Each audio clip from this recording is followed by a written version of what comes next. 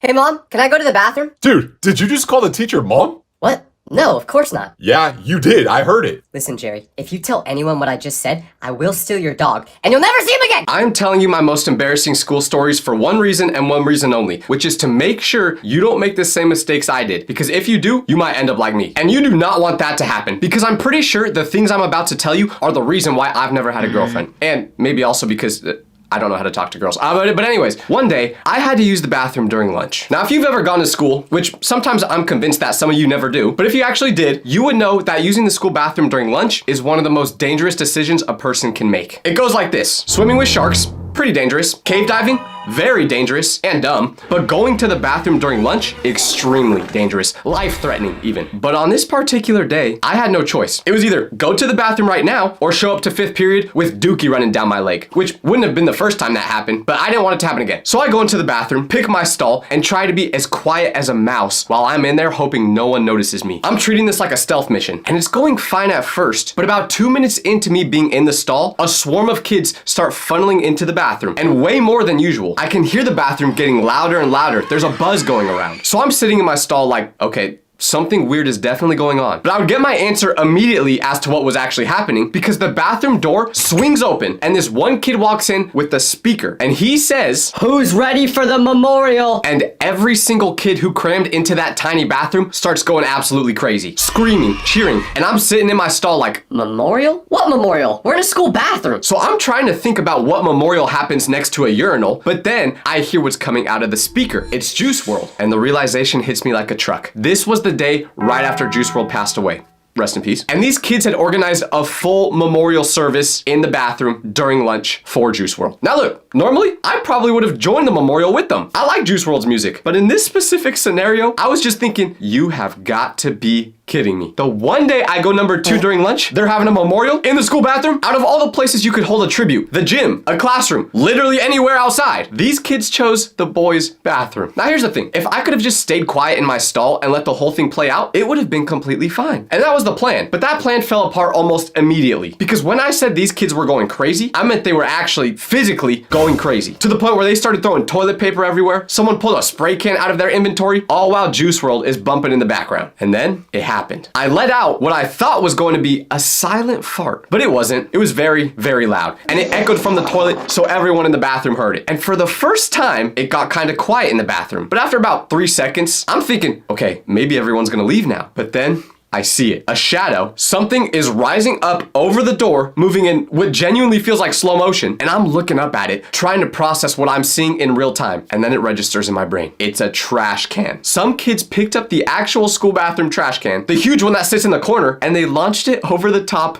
into my stall. It lands directly on me. I don't need to describe in detail the contents of a school bathroom trash can during lunchtime. You already know. Whatever you're picturing was inside that trash can is probably accurate and 10 times worse than that. And when this trash can lands, everyone starts going crazy again. Back to singing Juice WRLD, screaming. Of course, I want to throw up immediately. And here's what made the whole situation even better. I wasn't even done using the restroom. I still had some food in my system I needed to get out, but I couldn't. I had to get out of that bathroom as quick as possible. So I finish up the best I could and somehow prepare myself to walk out of this stall. And when I finally push that door open and step out, covered in something that will probably give me a disease later down the line, every kid in that bathroom screams again. Now they screamed even louder than they were for the memorial. They're all jumping on me, giving me high fives while still singing Juice WRLD. Even though I've never felt more disgusting in my entire life, there was something beautiful about that sense of community I felt in that moment. But still, I immediately went home to take a shower, didn't even go to my next class. Now there's 2 types of embarrassments you can go through. Physical embarrassment, like the trash can, or mental embarrassment, which is what I experienced one time on Yearbook Picture Day. And before I get into this, you need to understand the level of seriousness that Yearbook Picture Day carried in my household. My mom treated this day like my wedding. The night before, she would pick out my outfit. The morning of, she would do my hair. She would not let me leave the house unless I looked perfect. And the reason the stakes were so high is because she was sending these photos to everyone. Every grandparent, every cousin, every dog, even that one creepy uncle everyone has, which I wonder what he would do with those photos. But basically every person who had ever met me or heard my name or been in the same room as me was probably getting those photos sent to them. So picture day morning, my mom gets me all ready and I'm walking through school being super careful. I'm making sure no one gets within an arm's reach of my hair to possibly mess it up. But then lunch happens. And at lunch on this day, I had pesto pasta. Sounds delicious, right? Well, it was. So I eat my food, no big deal. Lunch ends, and right after lunch was the time where my class was going to take our school picture. But here's exactly where everything went wrong. Because for some reason, it did not go through my mind once to check how I looked before taking that picture. I just assumed I looked exactly the same way I did when I originally got to school. So I get to the photographer, step up, smile, and the photographer takes the picture in about 3 seconds. I leave thinking I'm looking like handsome Squidward, but fast forward a couple months and our yearbooks come out. And yearbook day was always a time where the school is buzzing. People walking around, signing each other's books, flipping through the photos. So I grab mine. And of course, first thing I do is flip straight to my page. I'm looking for all the last names with V on it so I can find myself. And I ain't gonna lie, your boy was looking fresh in his picture.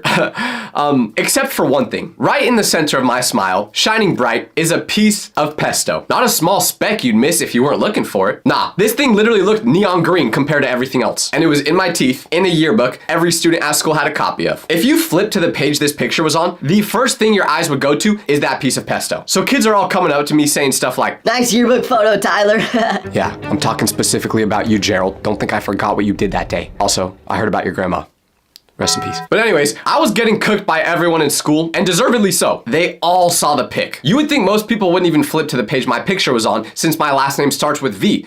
But no, everyone saw it. But that wasn't even the worst part, because like I said, my school picture was way more important to my mom than it was to me. So they gave me the pictures my mom ordered, and I had to bring them home to her. I knew this was gonna be bad. I tried to think of ways to not give her the photos, like maybe on my way home from school. I got jumped, and the person stole the photos. But who's jumping a 12-year-old boy? So I just accepted. I have to give her these photos. I hand her the envelope. She opens it, looking super excited to see her boy with his amazing smile. But she pulls the picture out and goes like this. Okay, let's see.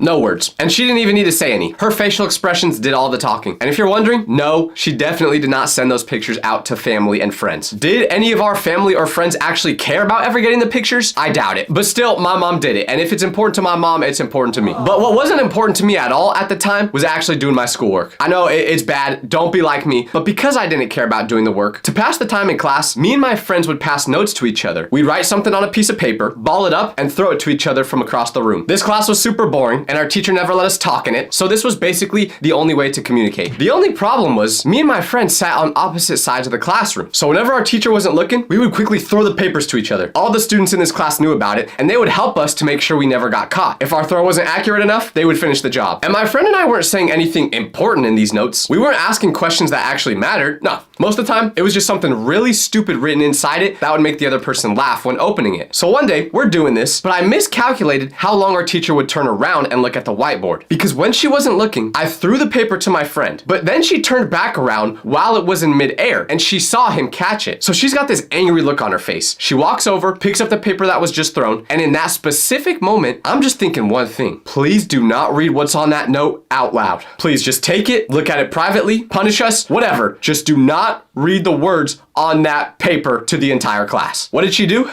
She read the note to the entire class. She holds it up and reads out loud exactly what was written on it. And you know what I wrote? I think I'm on my period right now, bro. That was the message we decided was so important that throwing it across the classroom during class was worth the risk. Now, without context, it sounds like I should be checked into a mental hospital, but that was the entire joke. Imagine opening up a message your friend sneakily threw to you thinking it must be important, but then you open it up and it just says, I'm on my period, bro. The only problem was the teacher reading it and all the students didn't have any of that context. So the class completely loses it. They go fully uncontrollable laughing. And we cannot say a single thing because there's no explanation that makes us look better. We just had to sit there in silence while the teacher stared at us with an expression I can only describe as exhaustion. She didn't even know how to respond to what she was holding. She didn't know what punishment fit it, and that note became a piece of class history. And for the rest of the year, randomly, someone would just repeat what I said in that note in the middle of a quiet moment. It was like the class's new catchphrase. And whenever it was said, the class would always react. We didn't really get punished for doing that, but I definitely did get punished for this next story, which is about how I got caught cheating in the most spectacular way possible. This isn't just your typical boring cheating on a test story. No, because one time I had a test coming up that I really needed to pass. Not just scrape by on, but like I needed to get an A+ because I was in trouble academically and this test mattered. But if there's one thing you should know about me, it's that I just cannot get myself to study. Never been able to do it. So I was in a predicament. I needed to crush this test, but I couldn't do that without studying. But I wasn't gonna study. Then I came up with what I believed was a genuinely brilliant plan. I would write all the answers on the back label of my water bottle and just read them off the bottle during the test. In my head, this was perfect. The bottle sits on my desk looking exactly like a normal water bottle. I glance at it casually. Nobody notices anything because it's just a water bottle. But what I did not account for was the fact that my teacher had been teaching for years, and she had watched teenagers try to cheat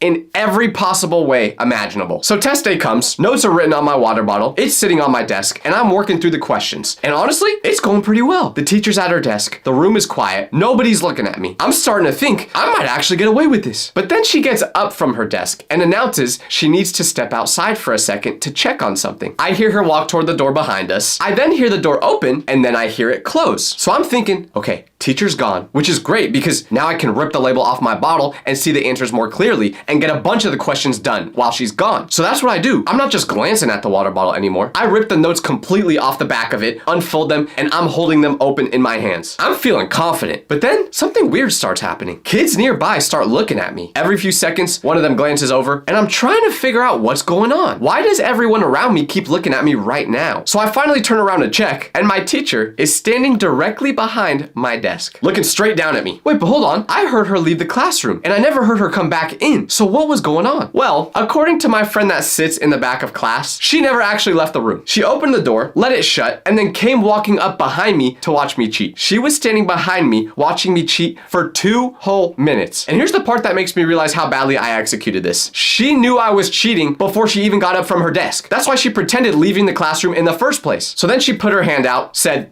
"Give it to me." I hand over my test and I take the 0. She was playing chess, I was playing checkers. It's crazy how the type of teacher you have can really make or break how you do in that class. And that was especially true in my Spanish class. Because before I tell you this next painfully embarrassing story, I gotta give you some background. I sucked in Spanish class. Okay, that's all the background. But anyways, one time we had to do a video project for it. The assignment was simple. Make a short video of yourself acting out a real world scenario in Spanish. Pick a situation, film yourself doing it, speak Spanish the whole time, turn it in, and then present it to the class. It had to be 2 minutes long. My scenario was having dinner with my friends. Easy concept, very manageable, should have required almost no effort to do correctly. So I filmed the whole video with my friends, and we do it pretty quickly. I actually started to think to myself, Dang, this was a lot easier than I thought. so I get to school the next day, and it's my turn to play the video. I'm feeling good thinking everyone in class is gonna love this. I'm probably gonna get such a good grade. But then the teacher actually puts on my video. And there's one problem with it. Because when I start talking in the video, everyone gives me a weird look. Especially the teacher. I have no idea why until I start paying a little more attention. And that's when I realize I filmed the entire thing talking in English. Not a single part was in Spanish. It wasn't like I slipped up and accidentally said, "Yo, pass the salt," instead of "Pasame le sol." I don't even know if that's the correct translation. I just Googled that. But point is, the entire video, start to finish, was in 100% English. No Spanish at all. Cero.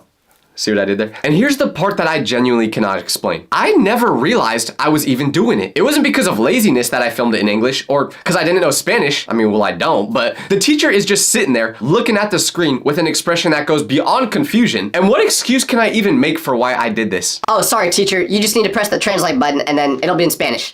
Got you. That won't work. The truly absurd part is that I still got a C. I got a C on a Spanish video that contained 0 Spanish, which I think was just because my teacher felt more sad for me than anything and gave me that grade out of pity. But to be honest, if I actually did film the whole thing in Spanish, I probably still would have gotten a C. So honestly, I don't even regret doing that. Now imagine this. It's your first day of school. You walk into your first class of the day, find a seat, and sit through the entire period. Nothing unusual. And then you go to the rest of your classes. Then you go home thinking the first day went totally fine. And the next morning, you come back to school, walk into that same classroom, and you're about to sit down until you notice your seat from yesterday is taken. Somebody's in your spot. You think this is kind of weird because this class has assigned seats. So you go up to the teacher and say, Hey, I think someone's sitting in my seat. and then the teacher looks over at you and asks for your name. So you give it to her. But then she says, "I don't see your name on my class roster." So you say, I'm sorry. I am in this class. I was literally here yesterday. but she responds with, Well, you weren't supposed to be here yesterday either. You're not enrolled in this class. but the part that's not making sense is when you pull out your schedule, it says you're supposed to be in room 12. So you ask the teacher what room you're in, and she says 12B, which apparently is something different from just room 12. So you ask her where room 12 without the B is, and she says it's the one right next to this one. So you walk into that classroom next door 5 minutes late, and the teacher goes, Ah, you must be Tyler. and you say yes, because that's your name, and she says, Tyler, why did you have an unexcused absence yesterday and you're late today? and you say, you weren't absent, you were just 20 feet over and separated by a wall. She doesn't ask you to elaborate, she just tells you to go sit down. Well, that's what happened to me on my first day one year. And from that point on, I had PTSD anytime I tried walking into class on the first day. I was always thinking I walked into the wrong one. The worst part was, it looked like I just ditched on my first day. Now you may be thinking this happened because I'm dumb, but if you think that was dumb, you're gonna think I'm a lot dumber after what I'm gonna tell you next. Because I sat beside a girl in one of my classes who I had never met before. Didn't even know she existed before we had this class together. And we were in these seats for a whole semester. So of course, we got to know each other a little bit. Her name was Jessica, and we talked during class, but that was about it. But there was something really weird I noticed about sitting next to her. Every time I would get to class, I'd go, Hey, Jessica. and she'd give me this confused look every single day. And I'd always think to myself, does she just hate me or something? Is this how everyone reacts on the inside when they see me? She just can't hide it? Then one day, about halfway through the school year, we're sitting in class and the teacher gets a phone call. She picks it up, has a short conversation, hangs up, and then she looks out at the room and says, Mary, they need you in the office. you will never believe what happened next. The girl right next to me, Jessica, stands up and starts heading for the door. And I'm watching her walk out, trying to figure out what just happened. Because the teacher said Mary, but Jessica stood up. So I start scanning the room, trying to figure out if there was maybe another person also named Mary who also got up at the exact same time. But I'm not finding one. I'm going through it in my head. Did the teacher actually say Jessica and I somehow just misheard that for Mary? Well, the next day, I come in and Jessica is sitting at her desk. So I say, Hey, why did the teacher call you Mary yesterday? and she looks me in the eyes and goes, Because that's my name. so I say, What?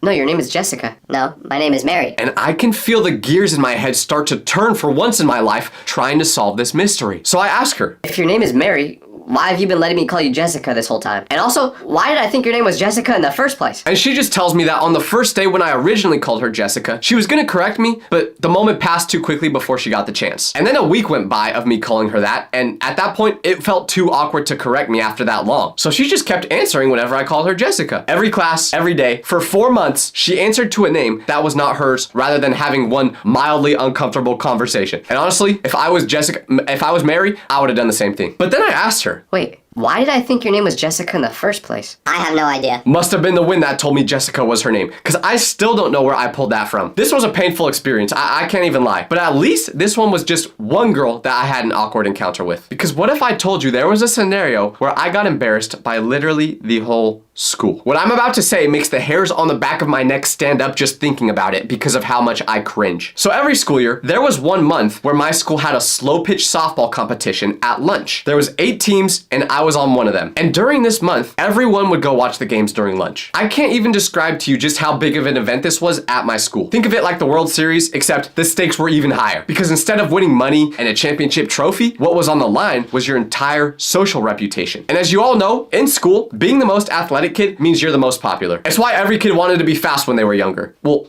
that and so they can run away if a creepy old dude ever tries chasing them. No, that only happened to me. Okay, whatever. Point is, whatever you did in that softball game became what you were known for. If you did good, you were now popular. If you blew it, bye-bye any chance of being perceived as cool. But luckily for me, I was good at softball, like genuinely, at least compared to all the other kids at my school. And my team was really good. So we ended up making it to the championship game, which literally every student at the school would come to watch. No exaggeration. This was honestly the most important thing I had done in my life up to that point. But the day of the championship game came, and I'm thinking, this is my moment. This is where everything changes. I had already played the whole thing out in my head like a movie. This is how it would go. I come up to bat, I see the pitch, I crush the pitch, we win the game, and I start dating the prettiest girl at school. That was the vision, but apparently my eyesight wasn't 20/20 because the game starts and it's close the whole time. I'm doing decent, but nothing special. But eventually we get to the final inning and we're tied. And guess who was coming up to bat? Tyler Vitelli, with a chance to walk off the game and become the hero. So when I step up to the plate, the crowd gets quiet, knowing I could win it right here. And I could just feel that something big is about to happen. The moment is exactly what I pictured. And I just make the decision right then and there that I am going to hit a home run. No doubt about it. The pitch comes in and I'm looking at it like this. Every muscle in my body is tensed up, getting ready to put all my force into this swing. And that's what I do, swing with everything I have, harder than I've ever swung at anything in my entire life. But right at the exact moment of contact, I miss. I swung and missed at the ball. You might think that's not embarrassing, but I left out one minor detail. During the swing, while everyone in the school is completely silent watching me, I farted. Not a little one, not the kind you can play off with a cough. No, it was just like this.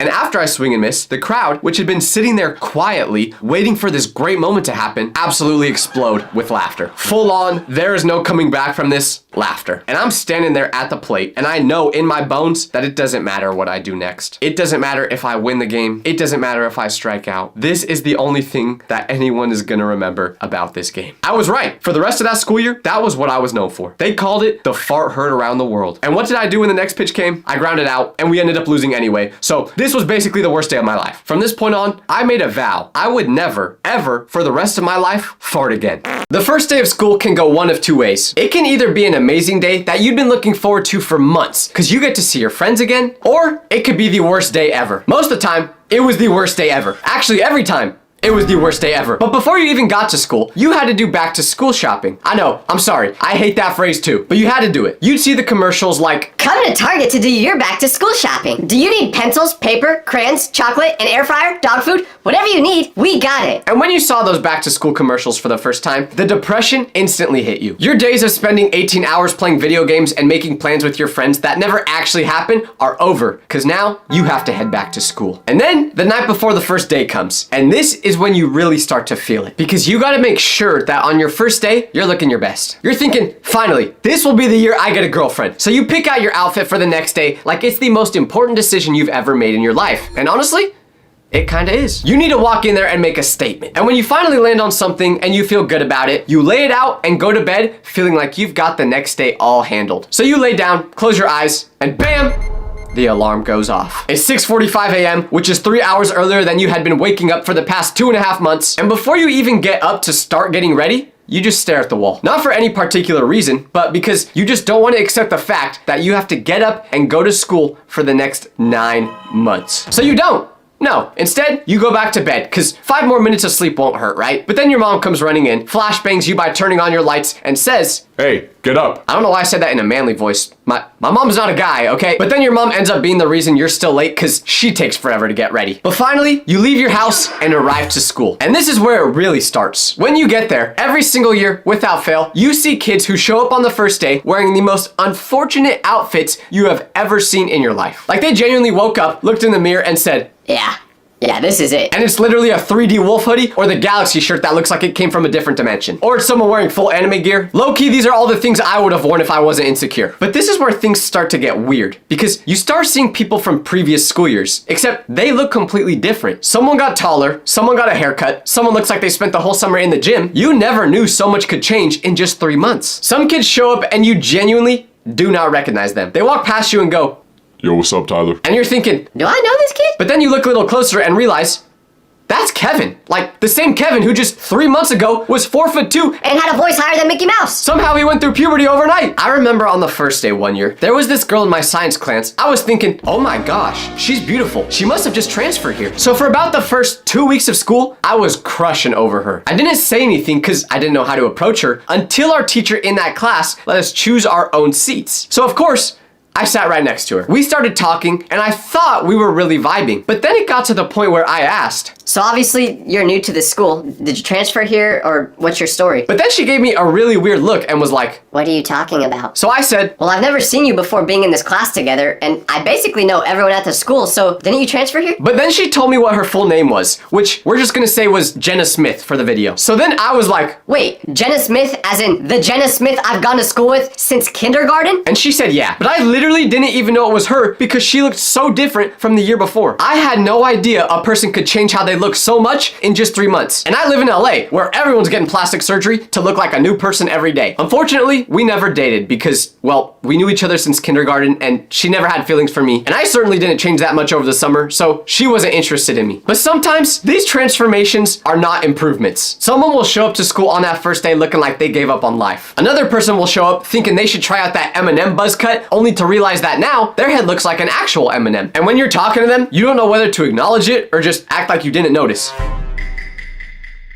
Yeah, just pretend you didn't notice. And while you're seeing all your friends and the people you call friends but will actually never see again once you leave school, the first thing you do when talking with each other is compare schedules. This is one of the most stressful moments of the entire day. Because if you have classes with your friends, this year will be amazing. But if you don't, you might just want to consider changing schools. Because not only is it just more fun to have classes with your friends to make it less boring, but it's also important. Because if you are in a class where you don't know anyone, how do you think group projects are going to go? I'll tell you, they're going to go horrible. Because one day, the teacher is going to say, All right, class, get into groups. and everyone is going to go with their little cliques. Meanwhile, you just stand there looking like Stuart Little at the adoption center because no one wants to put you in their group. So you look around and realize there's only 2 other kids in the class who also don't have a group, and you're forced to work with them. You give them a chance thinking, hey, maybe these people will be my new friends. But it turns out one of the dudes in your group has a breath that smells like fish, and the other girl only goes to school once every 10 business days. So you're basically doing the whole group project by yourself. So when I say having classes with your friends is important, I mean it. Your fate is entirely dependent on whatever random algorithm the school used to make those schedules. You're standing there with your friends, and everyone pulls out their schedules at the same time. You start going through it class by class. Okay, first period, what do you guys have?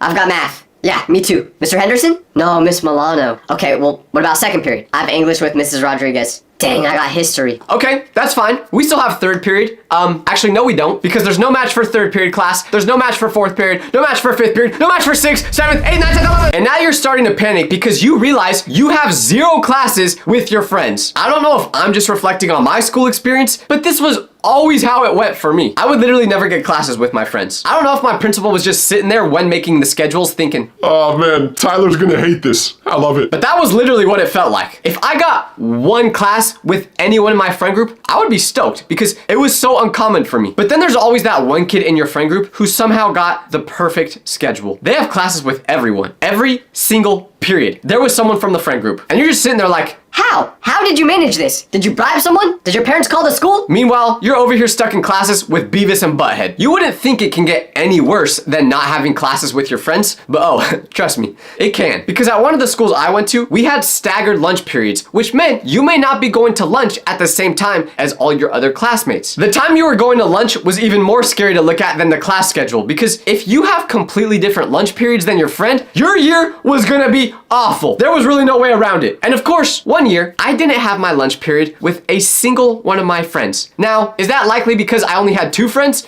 I'd prefer to not answer that. But now y'all can see why I just say eating lunch in the bathroom is the move. Because it's the first day and there's so much going on, you're already stressed. But that stress gets multiplied by 1,000 when the first bell rings, signaling that you gotta get to class. Because this is when you realize you have no idea where your classes are at. I don't know what room B67 is. Only rooms I know at this school are the bathroom, the cafeteria, and the room of the teacher I have a crush on. Mrs. Rodriguez, I'm still single if you're watching this and wanna give me a chance.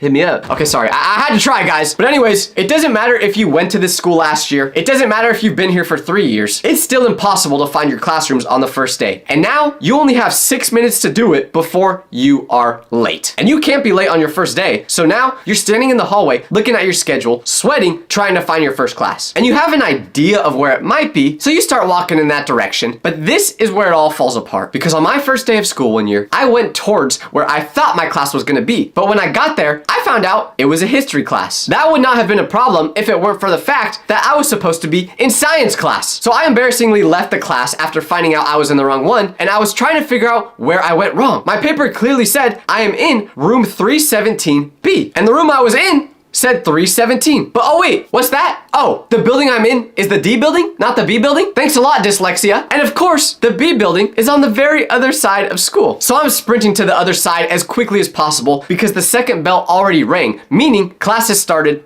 and I'm late. Keep in mind, because this is the first day, students are picking their seats for the class. And picking your seat on the first day is quite possibly the most important thing you can do all year. If you pick a good seat next to someone you have a crush on, that could literally be the person you end up marrying. Will it actually be? Probably not, because you're just a dumb teenager that's never been in a relationship before. So it won't last. But also, what do I know? I've never been in one either.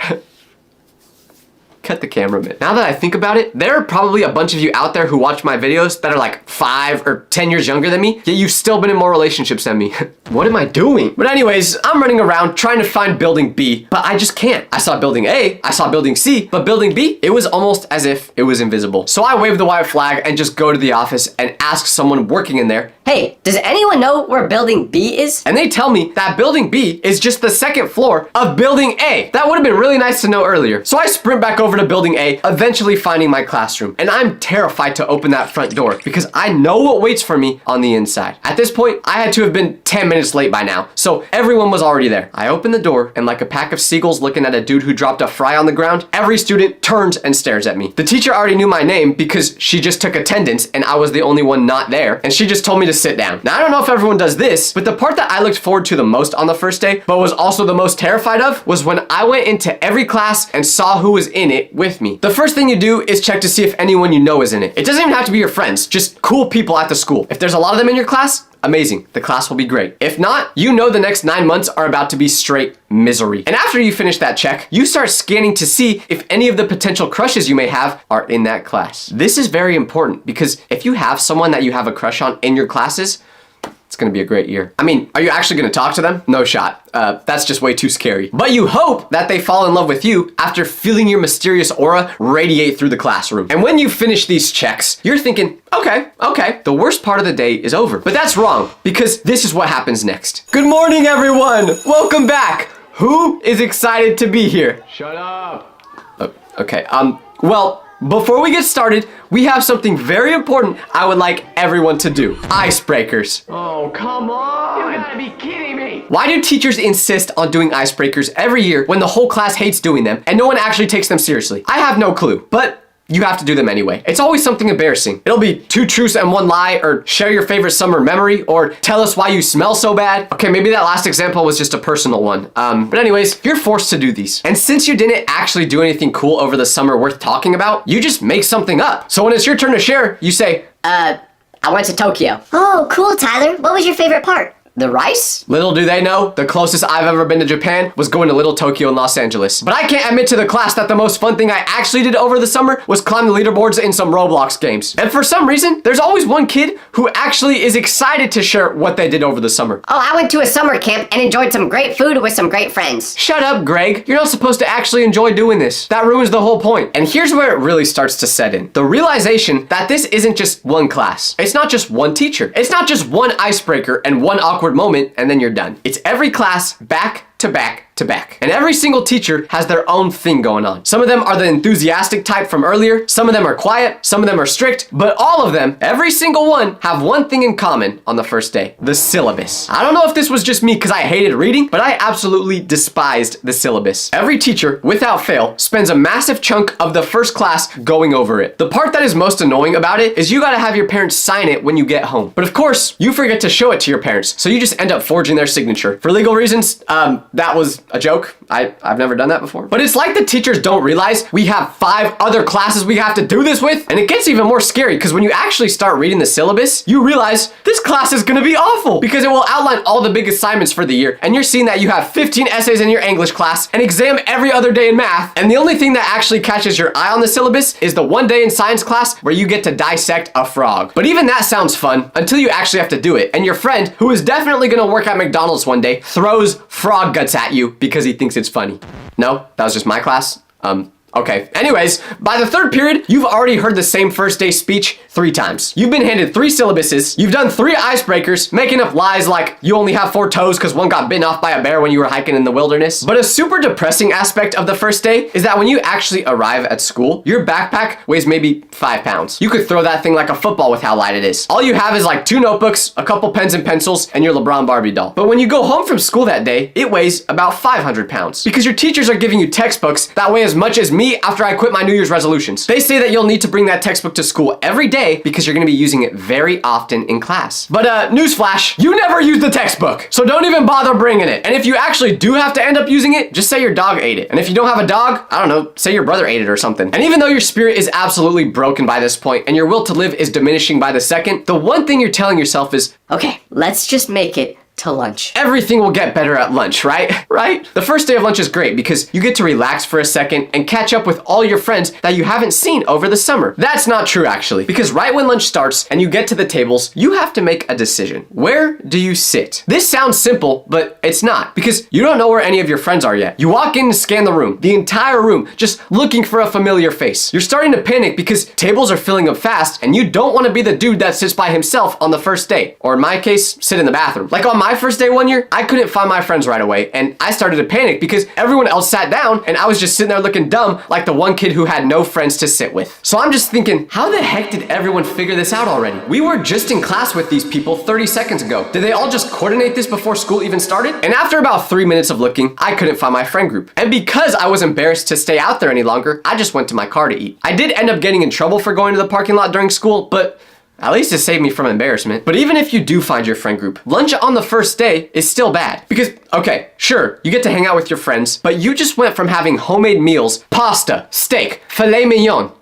Actually, I think that's just another version of steak. But anyways, when the first day of school starts, all that goes away. You go from eating 5-star meals made from your mom to prison food. Well, unless your mom can't cook, then you're basically eating prison food at home too. I'm gonna whisper this part because my mom is in the other room, but she's not very good at cooking either. I'm sorry, Mom. I love you, but it's time to put the crock pot down. But when you get to lunch on your first day, the lunch lady hands you a tray. And on that tray is this. A collection of items that are technically classified as food, but are somehow none of the things you expected them to be. The pizza don't look like pizza. It's got bread made out of cardboard. Or maybe you're getting served chicken, which doesn't sound too bad until you put the chicken up next to your ear and realize you can still hear it saying, cock-a-doodle-doo! The rice looks like it's been sitting under a heat lamp since last Thursday. And this is the moment where you just look up to the sky and go, Jesus, I know you hear me right now. Please don't let this food kill me. And on the first day, there's always two types of teachers. Either the one who, like a normal human being that isn't evil, decides to not give you homework because being back to school in general is enough trauma. Or you have the teacher that gives you homework on the first day. When a teacher does that, you already know this class is going to be horrible. A teacher giving homework on the first day genuinely should not even be legal. Think about it. You just spent the whole summer not using your brain on anything other than cranking 90s in Fortnite. And now you're expected to do math problems? How do you expect me to even solve these? You ain't even taught us anything this year yet. You are literally just giving us this homework to be performative. Like, you know there's no actual reason to give it. Genuinely, the only thing worse than this is when on your first day, the teacher announces there will be a test at the end of the week. I'm gonna start a petition to get these teachers fired. I don't know how this would work, but we have to try. I ain't even in school anymore, and I'm still passionate about making sure teachers stop doing this. But there is nothing more scary than going to class to see whether your teacher is cool or not. It changes how the whole school year will go, because you're gonna be at this place for 7 hours a day, 5 days a week. So you really don't want to have a horrible teacher. Now that I think about it, we're basically going to school the same amount of time as people go to jobs. We should be getting paid for this. But you know that saying that goes, all bad things come to an end? Well, that's the same with school, because after what feels like the longest day in the history of the world, the final bell rings. And you walk out of that building and the sun is still shining because it's August and the sun doesn't go down until 8 p.m. And you just stand there for a second. Like, you're relieved that you survived, but at the same time, you're thinking,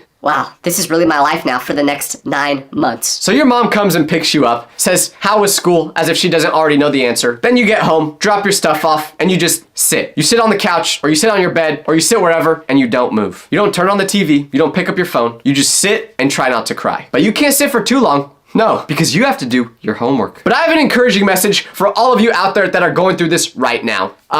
Actually, no, I don't. I was trying to think of something, but I got nothing. You just gotta thug it out in school. I'm sorry. Your school is literally on fire. Flames everywhere, smoke filling the hallways, ceiling tiles falling, total chaos. What's your first move? Well, obviously, it's to line up in alphabetical order in a single file line. Like you're going on a field trip to the aquarium and not actively being barbecued. School drills are ridiculous. I'm not just talking about fire drills, I'm talking about all of them. Tornado drills, lockdown drills, earthquake drills, whatever other apocalyptic scenario your school decided you need to be ready for. I don't know who came up with school drills, but I'm convinced that whoever they are, they couldn't read a full page of a Harry Potter book if you asked them to. Because these drills just make no sense. Let's start with fire drills, because this is the one everyone knows. It's the OG drill. Fire drills are supposed to prepare us for the event that the school catches on fire, which honestly is a real possibility. Like, have you seen people in chemistry class? Students watch one episode of Breaking Bad and all of a sudden want to start trying stuff. One time in my chemistry class, this kid, who I won't say his name, but his name was Derek. Anyways, Derek decided that he was gonna see what happens when he mixes every every single thing that's on the table in the same beaker. And I mean everything. Every chemical, every solution, every powder. The teacher wasn't even looking when he did this. She was helping someone else. And Derek just started pouring things into the same beaker like he was making a smoothie. So I'm watching this happen in slow motion, and I'm just like, Derek, what are you doing? Derek, stop. Derek.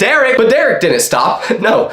Derek never stops. And after a little bit, the beaker started smoking. And not just like a little bit, no. There was smoke surrounding the classroom. It was like, we need to evacuate the building type of smoke. So of course, the fire alarm went off. Not because of a drill, but because of Derek. And you know what the teacher said right when that fire alarm went off? All right, everyone, line up at the door. Line up at the door? Derek just created mustard gas, and you want us to line up at the door? But we did it. We lined up like the good little boys we were, almost passing out, and we walked slowly out of the building, all while Derek's chemical weapon dispersed through the ventilation system. And from that day on, there would be points in time where whenever I stood up, I would just randomly get lightheaded. And this never happened before that day. So I'm convinced because we had to line up in alphabetical order in front of the door instead of just running out of that room as fast as possible, I got something wrong with me that day. Derek got suspended for 3 days for doing this, and he was pretty happy to say the least. The point is, fire drills are insane. First of all, let's talk about the fire alarm sound, because whoever designed that noise had one goal in mind, and that was to make students suffer. The alarm is so loud, it could wake someone's grandma up that's in a coma. It could shatter bulletproof glass. There'd be times where I'd be sitting in class at 8:30 in the morning, barely conscious. My eyes are half closed. My brain's running on like 2% battery, just trying to make it to lunch. And then suddenly,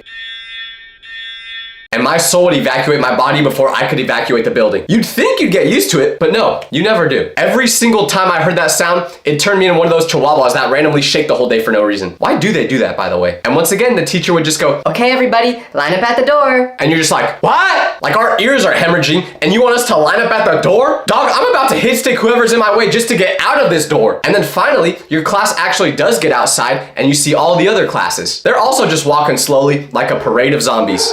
I used to see kids walking out of their classes with their hands over their ears, trying to protect what was left of their hearing, and the teachers had the audacity to tell them to put their hands down. Sorry, little Timmy. I know your eardrums are bursting right now, but I'm gonna need you to take your hands off your ears. Thank you. What do we need our hands down for anyway? In case we need to catch the fire? Are we gonna high five all the other people who made it out? Good job escaping the fire, bro. Yeah. And here's the thing that really gets me. Here's what keeps me up at night. In a real fire, no one's walking in a single file line. If there's actual flames, actual smoke, actual real danger inside that building, everyone in there is turning into prime Derrick Henry. It's about to look like Olympic tryouts with the way students will be hurtling over desks, shoving grandmas out the way, doing whatever it takes to get out of there as fast as humanly possible. And that's not me being dramatic, that's just the truth. It's just survival instincts. This is what kept our ancestors alive when they were being chased by saber-toothed tigers. Shout out to all our ancestors, by the way. I feel pretty bad for them. They never got to doom scroll. And you know what else I don't understand about fire drills? Why do the teachers take attendance making sure everyone is here? Because if you're taking attendance on that grass while the school is burning down and you find out Kevin and Miles are missing, what's the plan then, huh? Is she gonna heroically charge through the flames to find Timmy, who's been in the bathroom for the past half hour? No, she ain't doing anything. So what was even the point of the head count? Just to have accurate records for the memorial service? Oh, so it looks like we're missing 2 students. That's unfortunate.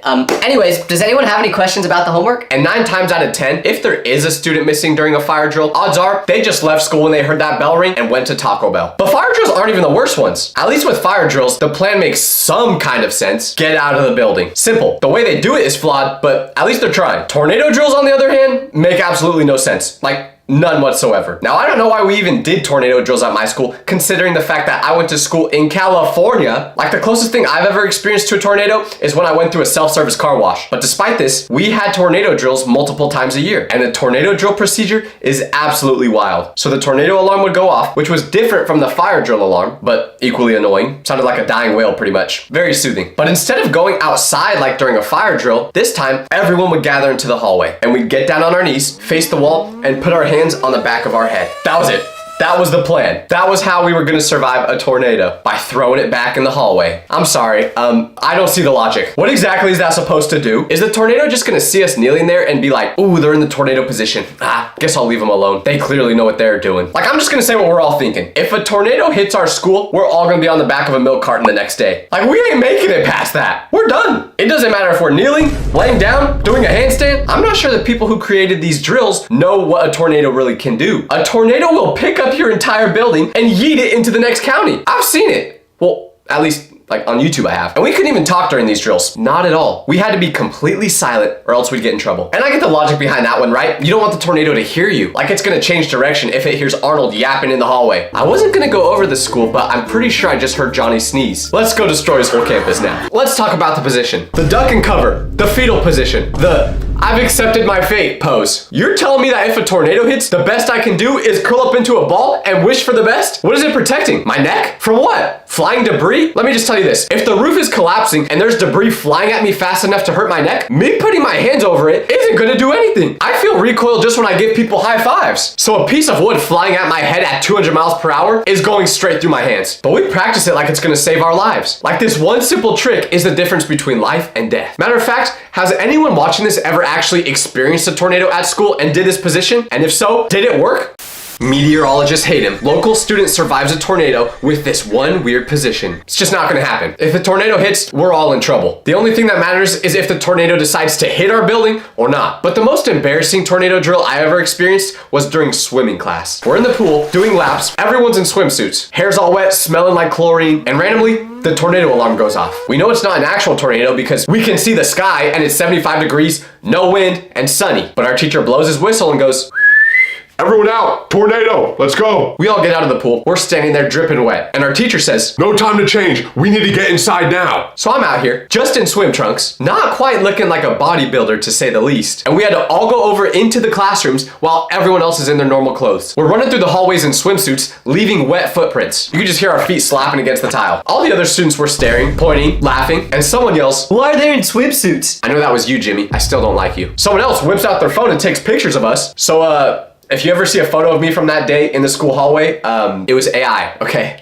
It was AI. So then, we had to do the AO position you do during tornado drills, but soaking wet. And we're just in that position for probably 10 minutes. But since I'm wet, there's water leaking from my body onto the ground. And eventually, it leaked all the way to the student that was sitting next to me. So he got mad and said, Bro, did you just pee on me? no. But he said it so loudly that I saw a bunch of people turn their head and definitely think I did do that. Now, we need to talk about lockdown drills. Now, you guys all know, this is my bread and butter. This is my time to cook right here. I'm a pro when it comes to these. This is where things get intense. Because lockdown drills are a uniquely American experience. Like, correct me if I'm wrong, but I'm pretty sure other countries don't even practice this. They're over there doing fire drills, maybe earthquake drills, and tea parties or whatever they do in Europe. That's it. But in America, we have lockdown drills because we're America and we can't have nice things.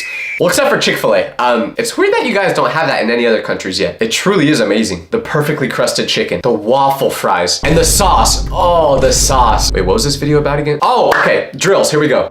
The lockdown drill procedure is absolutely wild when you think about it. The announcement comes on, this is a lockdown drill. Teachers, please secure your classrooms. And then everyone goes into lockdown mode. First, you turn off the lights, because apparently the darkness will protect you. This is like when I thought if I put my covers on when I'm in bed, the monsters won't get to me. I just imagine an intruder coming on a campus and all of a sudden the lights shut off. So they're just like, Wait, where did all the students go? There must be no one here. You know what, bro? I give up. I'm going home. If only they had the lights on, I would have found them. and then the next step is to lock the door. Okay, that would actually make sense. Like obviously if someone's breaking into your school, if your door is locked, it's gonna be harder for them to get in. I'll give them that one.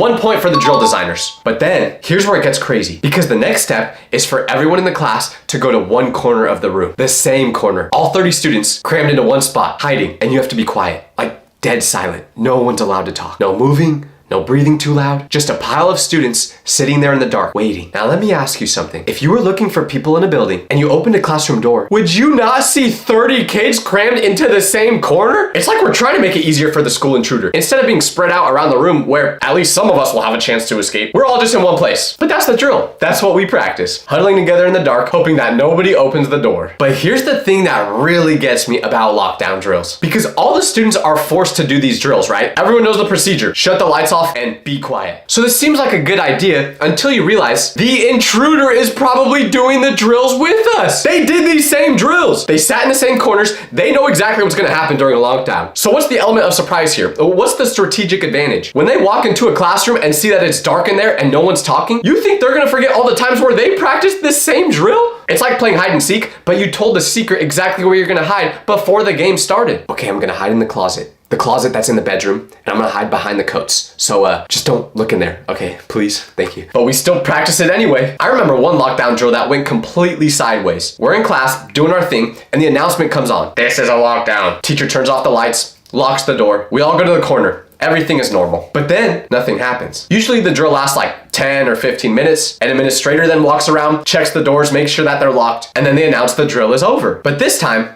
we're sitting there for 20 minutes, and then 30 minutes, and all of a sudden 40 minutes. So we started to think, wait, is this a real lockdown? Maybe this isn't a drill. And because we're all crowded together, people are starting to get antsy. We're crammed in this corner. It's hot. It's uncomfortable. Someone definitely farted and isn't owning up to it. The air is getting thick with tension and mystery gas from the students that were just in PE the period prior. Our teacher was trying to stay calm, but you could tell they were confused too. She keeps checking her phone and then looking at the door, like waiting for some update. Eventually an hour goes by. A full hour of sitting in the dark, in the corner, in silence, just marinating in someone's fart. And now people are starting to freak out. Is this real? Did something actually happen? Why is this taking so long? Is this how it ends? I saw some kids start to text their parents, Mom, I love you, Dad, I love you. There was one kid who must have just not liked his parents because I saw his text message which said, it's finally time. Some kids are making jokes. One kid fell asleep, just completely passed out and started to snore. I respect that, honestly. But then finally, after an hour and a half, the announcement comes on. Lockdown drill is over. Thanks for your cooperation. That's it. No explanation, no apology, just the drill is over, go back to learning. We later found out that the speakers stopped working, so they had to go to every classroom individually and tell them the lockdown was over. But I don't know if somehow they just missed my classroom or what, because they never did that. But the worst experience I ever had with a school lockdown was all because of my phone. Because during lockdown drills, like I said, you have to be completely silent, not a whisper. Not a peep, total silence. The idea is that if you're quiet, nobody will know you're in there. The room will seem empty, so danger will pass by. But one time during a drill, I got so bored of just sitting there doing nothing that I pulled out my phone and tried to start playing Clash of Clans. But unfortunately, my volume was not off, and that stupid ringtone on that stupid game is so loud. So I opened the app and it went.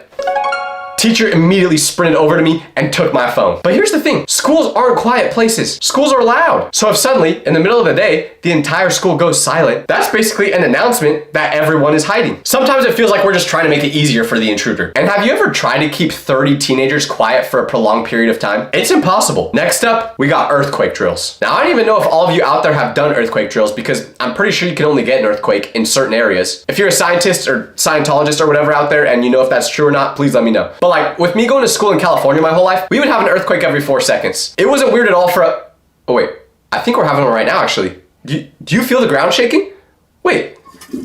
Oh no, that's just my dad in the bathroom. Anyways, when you feel the earth shaking beneath you, the game plan here is pretty simple. You just hide right under your desk and pray. That's all. And if your classroom happens to collapse, oopsie. I will say this, out of all the drills, the earthquake one is pretty valid. Like whoever thought of this one was kind of cooking. I mean, the desks are pretty much made of steel, so they're safe to hide under. Like think about this, out of all your years in school, have you ever seen a desk break? I haven't, and I've had one thrown at me before. Don't ask why. But anyways, they're pretty safe protection. Personally though, if I feel a heavy earthquake incoming to the point where I think the roof might collapse, I'm jumping out the window. I don't care how many times I practice crouching under my desk. If I ever feel the slightest shake in the ground, I'm out of there. It'd be like this. So if you carry 67 to the power of 2, then you get 40... Oh no, there's an earthquake. Wait, why did Tyler just jump out the window again? I don't know, but that's the third window he's broke this week. Even if jumping through the window doesn't work, at least the last position I was in wasn't the face down, cheeks up pose that you do during tornadoes. Now let's talk about the different types of students during these drills, because I guarantee you fall under one of these categories. Every school has these exact people. First, you've got the kid who takes it way too seriously. They treat these drills like the real thing. It's like when that alarm goes off, they become a veteran having flashbacks to the war. I remember one time during a fire drill, I had one of these kids in my class, and the moment the fire alarm went off, he sprinted over to the wall, grabbed the fire extinguisher, and told everyone to get in a single file line behind him. No one listened to him, of course, but what made it really funny was the teacher then said, Michael, just shut up, dude. all these students are definitely future ROTC kids. But then you've got the complete opposite. You've also got the student that doesn't take these drills seriously at all. Oh, the fire alarm went off? Cool. Time to go walk a marathon around the school. Maybe I'll travel to Europe during this drill. They're going everywhere except to the field where you're supposed to go. What's that? Oh, there's a lockdown drill happening? I think you mean Nap time. The lights are off, everyone's being silent. This is the perfect time to catch up on the 4 hours of sleep I got last night from doom scrolling too much. Like there was a time where my high school got a bomb threat called in. I know, whoa, that's a little more serious than a fire alarm going off. I don't know who was beefing with 15-year-olds enough to call this in, but anyways, we never practiced a bomb threat drill before, so no one knew what to do. So the teachers just made every class assemble in the good old alphabetical order line, and we went outside, forcing us all to touch grass against our own will. And we're out there for a while, assuming this is just a drill, and nothing serious is going on. People were taking this so unseriously that I remember looking around and seeing a huge game of Duck Duck Goose between like 50 students. As if there wasn't literally a SWAT team entering our school at that same moment, making sure there wasn't a Call of Duty kill streak in one of the classrooms. And for some reason, one kid had a football with him, so all of a sudden, people are running a pickup football game while we're waiting to see if the school's gonna explode or not. And of course, the teachers tried to stop it, but the students would just use them as blockers to get another touchdown. And by these students, I also mean me, because I was playing in that game. So most people don't take drills seriously at all. And I don't blame them. The rules are ridiculous. They need to be changed. So if you're watching this right now, show this video to your teachers, your principal, your vice principal, your janitor, and tell them to hire me, and I will personally come to your school and come up with better drills. I'm being serious, by the way. I'm unemployed. I need a job really bad. Someone please help me. During school, we face a lot of challenges, whether that be going into the bathroom and seeing a full concert happening, or being put in a school project with someone that you know isn't gonna do any work, or even having to navigate through the couples making out with each other in the hallways. It doesn't matter if you went to school in the hood, if you went to private school, or even Hogwarts. We've all experienced the things I'm about to talk about. Starting off with school fights. School fights are the only event that can make the entire student body teleport to one location in under 30 seconds. I don't care if you're in the bathroom, in the library, if you didn't even show up to school that day because you were sick. The second someone yells, "There's a fight happening," everyone pulls up. But it always starts with the rumor. Someone goes, "Yo, I heard Marcus and Jaden are fighting behind the gym after school." And suddenly, that information spreads faster than you can say the word Diddy. Within 10 minutes, the entire school knows. Kids are texting each other the location like it's a secret concert. The crowd starts forming like a nature documentary. One kid sees the fight starting, pulls out their phone, and suddenly 200 other people appear out of thin air. Where were they? How did they get here so fast? Nobody knows. But here's the thing about school fights. 90% of them are just two people aggressively hugging each other. That's it. Everyone's screaming like this is a UFC pay-per-view event, but really, it's just two dudes grabbing each other's shirts and shuffling in a circle going, "Bro, let go! You let go first!" Nobody's actually throwing hands. Nobody's doing anything. They're always just holding each other, aggressively. Very rarely does someone actually land a clean punch. But when that does happen, the crowd absolutely loses it. People are screaming. But the best part is how the story will get retold afterwards. Because by lunch the next day, the fight has already been completely exaggerated beyond recognition. Bro, I heard Marcus picked Jaden up and slammed him through a desk. Really? Because I heard Jaden did a 360 kick into Marcus's forehead. I heard Marcus lost his pinky toe. Some people are saying Jaden's legally blind after that fight. In reality, the actual fight lasted 8 seconds, nobody fell down, and the most dramatic thing that happened was someone's shirt got stretched out. But facts don't matter when you're retelling a legendary story. No. And you may be thinking, how can people lie about these fights when literally everyone was recording them? Well, somehow, even though 100 people are filming it, not a single person is ever able to get a good video. It's like everyone recording it was looking like this person from behind the camera. But the one thing you do not want to happen is getting pulled into the fight yourself. Because I remember one time, a fight was scheduled to happen at my school, and I was front row to see it. I barely even knew the two kids who were fighting, but because all the students wanted to see a good show, someone yelled out loud, "Hey, I heard Tyler has a crush on your girl," to one of the guys fighting. Oh, whoever Tyler is, he's cooked. Wait, I'm Tyler. So now the dude fighting comes up to me and wants to fight me. But I didn't want the smoke. I'm never gonna be the one to fight. I promise you will never catch me in one of those YouTuber boxing events, unless it's against young Sheldon. So without saying anything, I just picked my backpack up, turned around, and left. I didn't care what names they called me. I was getting out of there. Then you got the teacher's intervention. That one teacher who always tries to break up the fight. This will go one of two ways. Either the teacher is successful and separates the kids from each other, or they step in at the wrong moment and catch a right hook to the face. But the second the teacher shows up, the crowd scatters like roaches when you turn the lights on. Everyone acts like they weren't just recording the fight 10 seconds ago. Fight? What fight? I was in the school bathroom. Speaking of that, school bathrooms are a different dimension, where the normal rules of society just don't apply, and literally anything can happen. I'm convinced there's a portal in there to an alternate universe, because the things I've witnessed inside school bathrooms have changed me as a person, all for the worse. But before you can even go into the bathroom, you gotta get some freaky hall pass from your teacher. So you raise your hand and go, "Can I use the restroom?" And the teacher looks at you like you just asked for their kidney. You sure you can't wait till after class? Do you want to find out? So she finally lets you go. But before you step out of that classroom, she says, "Wait, take this. And she basically hands you a custom pickaxe from Fortnite. Ah, perfect. This is gonna be so easy to carry while I'm trying to pee. Thanks, teacher. So you finally get the pass, but then you open the bathroom door and it's just, I don't even know what the right word is. It can be literally anything in there at all times. Like one time I walked in and it felt like I just stepped into Snoop Dogg's tour bus because it was filled with smoke and I could barely see. Kids were vaping in there like it was a competitive sport, and it smelled like how I imagine the Powerpuff Girls house would, with a hint of strawberries and mango. But the vaping isn't even the craziest part. The craziest part is the unspoken rules that everyone follows. Like the fact that if there's 5 urinals, only 3 of them are really available. If you try using those other 2, you are a sick, sick individual. And there's nothing more scary than the gap underneath the stall door, because it just makes you paranoid that someone's gonna look under, or even worse, look through the crack down the middle, all while you're taking a dookie. One of the most tragic parts of school bathrooms is how often your teacher won't let you use it. Some schools are out here treating bathroom passes like limited. Like I had a class where we only got 3 bathroom passes per semester. Okay, that's cool.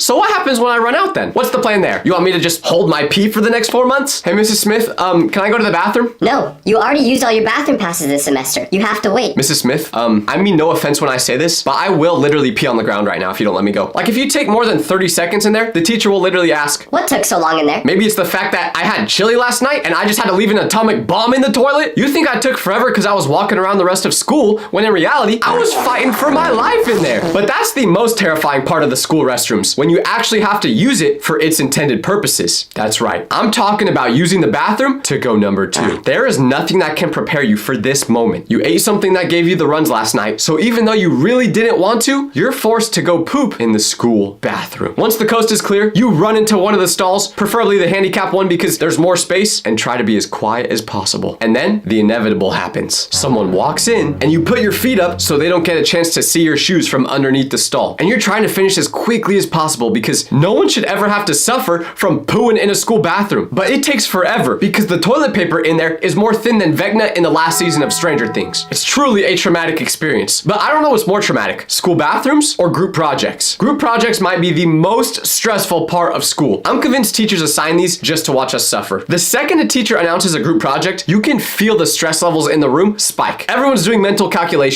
Who do I work with? Who's actually gonna do work if we're in a group together? Who's gonna ruin my GPA? It's like the Hunger Games, except instead of fighting to the death, we're fighting for a decent grade. There are 2 ways group projects can happen, and both of them are terrible. Scenario 1, the teacher lets you pick your groups. This is terrible because it just turns into a social hierarchy nightmare. The popular kids immediately form a super group while everyone else is scrambling. And if you don't have friends in that class, you're cooked, buddy. You're standing there like a kid who didn't get picked in dodgeball, except this affects your future. Scenario 2, the teacher assigns your group. When this happens, you just gotta pray. There's no other option because you absolutely know that you're gonna get paired with the kid who hasn't turned in an assignment since World War I. The same kid who thinks the mitochondria is a type of pasta. The same kid who's probably not even aware this class exists. And that's exactly what happened to me. So I got assigned to work with this kid who never, and I mean never, came to school. Like I'm pretty sure he was a myth, an urban legend. Some people in the class didn't even know he existed. I'd heard rumors about him, but I never actually saw him. He was like Bigfoot, except instead of being in the woods, he was just not in class. And when I saw his name on my group, I immediately knew I was cooked. No chance this dude was contributing at all. 0% probability. First day of the project, I show up ready to divide the work. He's not there. Day 2, still not there. Day 3, nowhere to be found. A full week goes by and he's radio silent. We had 25 days to complete this project and he was not there for a single one. Honestly, like that takes commitment. So I accept my fate. I'm doing this entire project solo. I'm staying up till 2 a.m. on some nights just working on it. I've made peace with it. I'm prepared to present this entire project by myself. I've practiced my lines. I've practiced his lines. I'm ready. But presentation day arrives. I walk into class mentally prepared to solo this entire thing. And guess who walks in that door? For the first time in I don't know how long, my group project partner shows up to class. This man walks into class on presentation day, the only day he's been here pretty much all semester, and I realize we have a serious problem. We've never discussed anything about the project. He doesn't know what the topic is. He doesn't know what's on the slides. He probably doesn't even know what class this is. Why did he have to show up on this one day? And it's not like I can just present the whole thing while he's standing right there next to me. No, the teacher knows that it has to be a collaborative effort. So eventually we get called up to present and I'm sweating. He's standing next to me looking at the slides for literally the first time in his life and he says, Yo, Nice to meet you. Nice to meet you. Oh, yeah, nice to meet you too. It's not nice to meet you! You just ruined our whole project! Anyways, I start presenting and it's going fine. I'm delivering my parts, the class is paying attention, the teacher is nodding, and I'm just thinking, okay, you know what? I am just gonna say the whole thing. And he can just stand there next to me, nodding like he doesn't know how to speak. Maybe we can just convince the teacher that he had a sore throat and couldn't say anything. But then, after reading about 50% of the presentation, once we go on to the next slide, right as I'm about to speak, he goes, I got this one. and he turns around facing directly towards the presentation, trying to figure out what to say. And he just goes, So, as you can see from the graph, he pauses, actually reads the slide for a second, and then goes, so the numbers on the graph, they go up, and sometimes they go down. Yeah. I'm crying inside. I'm standing next to him having an out-of-body experience. And he just keeps going. And as we can see, this connects to the thing we were talking about earlier. What thing? We did not talk about anything earlier, lil bro. You weren't even here. The class is confused. The teacher is confused. I'm confused. He's just making stuff up at this point. Full improvisation. Finally, he finishes the slide, and I make sure that I read the rest of them from that point on. We then finish and go back to our seats. Of course, I'm traumatized. I need therapy, and the teacher asks, Did you guys evenly contribute the work on this project? we both look at each other. I'm thinking about the 40 hours I put into this thing, the all-nighters, the research, and I go, yeah. Because what else am I gonna say? I'm not snitching, but also, I'm not happy. But we get our grade back a week later, A-. We both got an A-.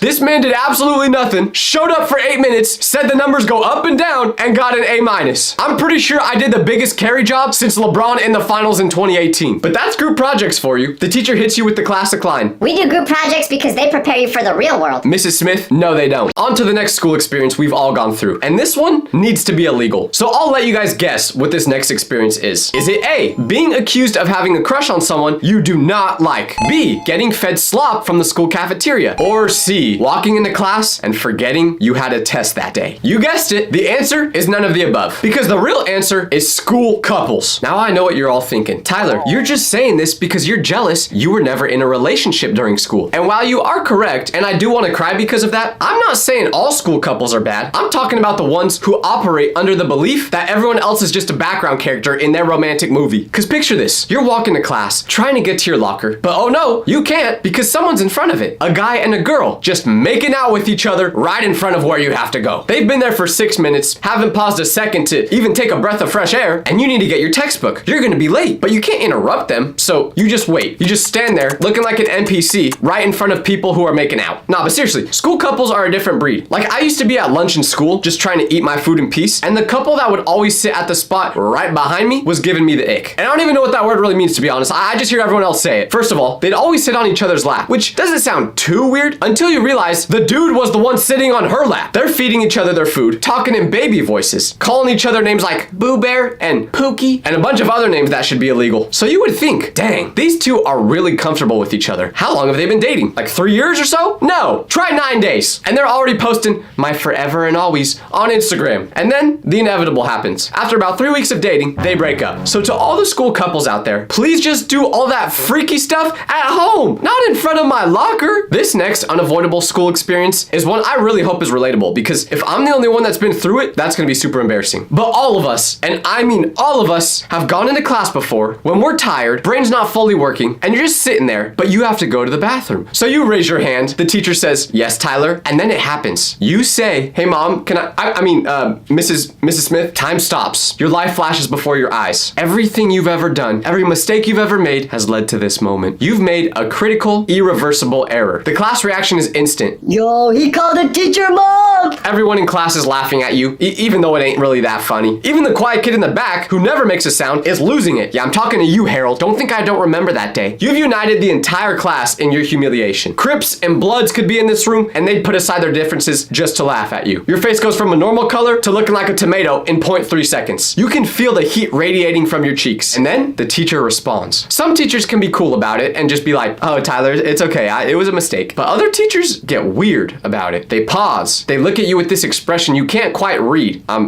I'm not your mom. Oh, really? Thank you for the clarification. I was wondering why you were a ginger and I came out with brown hair. Really helpful. Definitely didn't make this worse. So you try to recover and go, can I go to the bathroom, Mrs. Teacher? But it's too late. Everyone already heard it. The damage is done. You could cure cancer by the end of that day, and you would still be known as the kid who called the teacher mom. So if you ever accidentally do this, my advice to you is drop out, move to a foreign country, learn the language, cut off all contact with your family, and live a simple lifestyle on a farm. You got no other option. But you know what's even worse than calling your teacher mom? Seeing your teacher outside of school. Finding your teacher outside of school is like seeing a zoo animal in the wild. It just feels fundamentally wrong, like a glitch in the Matrix. You're at Walmart shopping with your mom, and then you see them. Your history teacher, Mr. Jacobs, standing in the cereal aisle. But something's different because this time he's wearing shorts. Teachers are allowed to wear normal clothes? Your brain can't process it. Like teachers actually exist outside of school? They buy groceries and have lives? They're not just NPCs who spawn in the classroom at 8 a.m. and despawn at 3 p.m.? This is deeply upsetting information. Now you only have 1 second to make a decision when this happens. Do you say hi to your teacher, or do you hide? Or do you pretend to not see them at all? All three options are terrible. There's no good outcome here. You're in a lose-lose-lose situation. If you acknowledge them, you have to do awkward small talk. Oh, hey, Mr. Johnson. Crazy to see you here. And then your mom and the teacher are forced to interact, and you're holding your breath, hoping that he doesn't mention the time where you were 1 decimal away from failing the class. I've seen my teacher in public a couple times, and the most funny experience I have of this happening is when I saw my teacher at the gym, my science teacher, who was usually a really strict dude, the type of teacher who'd give you detention for breathing too loud. I couldn't imagine this guy having any other hobbies besides grading papers and hating teenagers. But I'm at the gym trying to work out, and I see him walk in, so I'm thinking, do not make eye contact, do not make eye contact, do not make eye contact. I'm strategically positioning myself on the opposite side of the gym as him, trying to stay super far away. But at the same time, I'm kind of curious because I want to see what it looks like when he works out. I just didn't expect him to. He wasn't in bad shape or anything, but like I said, I literally could not imagine this guy outside of school. So I'm like, oh, what is he gonna do? Some squats, maybe a bench press? But I couldn't have been any more shocked than what I saw that day. Because instead of picking up any weights, I see him walk into one of those group dance fitness classes. You know the ones, loud music, choreographed moves, lots of middle-aged women trying to keep their hips usable. And I'm just thinking, there's no way. He's probably just passing through. Maybe he's looking for someone. But surely, he's not actually participating in this class, right? There's no way this man enjoys dancing or anything that has to do with fun. So obviously, I have to investigate. So I go inside the dance room to grab a mat to stretch on, and there he is, fully committed to the routine, doing the hip thrusts, the arm waves, everything. Our science teacher actually has hobbies. Neither of us would ever mention it. Seeing your teacher outside of school is like finding out your parents had lives before you were born. You just can't imagine it. Okay, Tyler, surely you've already gone over all the universal school experiences. There can't be any more, right? Wrong. Because one year, my family went on vacation and I missed the entire first week of school. Great planning, by the way, Mom and Dad. But anyways, when I came back, school had already been in session for a full week. But this was my first day. So I get my schedule. I know where I'm supposed to be, or at least I think I do. And I walk into what I'm pretty sure is my art class. Of course, I'm the last one to arrive because I was trying to figure out the room numbers while everyone else already knew them. And there's only one empty seat in the room. So obviously, that empty seat must be mine. That's just easy logic. I sit down, pull out my notebook, ready to learn about, I don't know,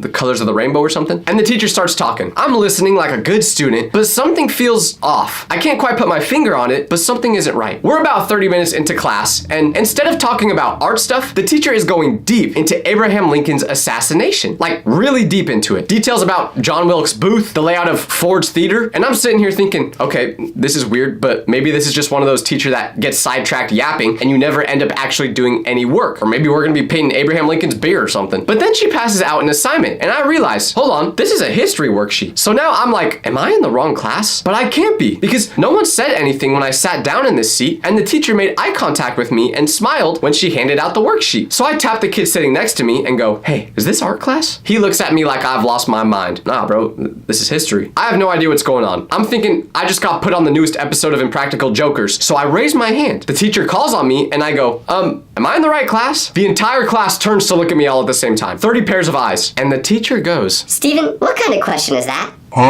So I say, my name is Tyler, not Steven. And this is where she looks a little closer at me and then says, Oh, yeah, you're not Steven. You just kind of look like him. then she opens her roll call and goes, No, there's no Tyler on my list. You're not in any of my classes. and I don't think you guys realize how horribly awkward it was to leave the class when you figured out you're in the wrong one. People are staring at you harder than your dog when you got a piece of food in your hand. I check my schedule and find the actual art class I'm supposed to be in. And you know where I made my mistake? My class was in room 103. I accidentally accidentally went to room 183. Because for whatever reason, some people write the letter 0 with a slash going across it. Why do we do that? Anyways, whatever, who cares? Anyways, do you know what I did next? I dropped out, moved to a foreign country, learned the language, cut off all contact with my family, and lived a simple lifestyle on a farm. I had no other option. Now, I need to tell you one relatable school experience that can be quite terrifying. But before I say what it is, I have to ask, did you guys know teachers have a superpower that nobody talks about? That's right. They can sense the exact moment you're not paying attention. You could be locked in for 45 minutes straight, taking notes, nodding along, being the perfect student, but the second you zone out for 3 seconds to think about what soap LeBron uses in the shower, the teacher strikes. They call on you, and they only do this when they know you're not paying attention. It's like they've got a sense for it. They're just professional rage baiters. So you try the classic stalling move. Can you repeat the question? You're buying time, desperately looking around for context clues like you're a detective trying to solve a murder, checking the board, glancing at other people's notebooks, hoping someone looks at you and mouths the answer. So the teacher repeats the question, as if that was gonna help, and you just go for the vague response that sounds intelligent but means absolutely nothing. I think there is no right or wrong answer because at the end of the day,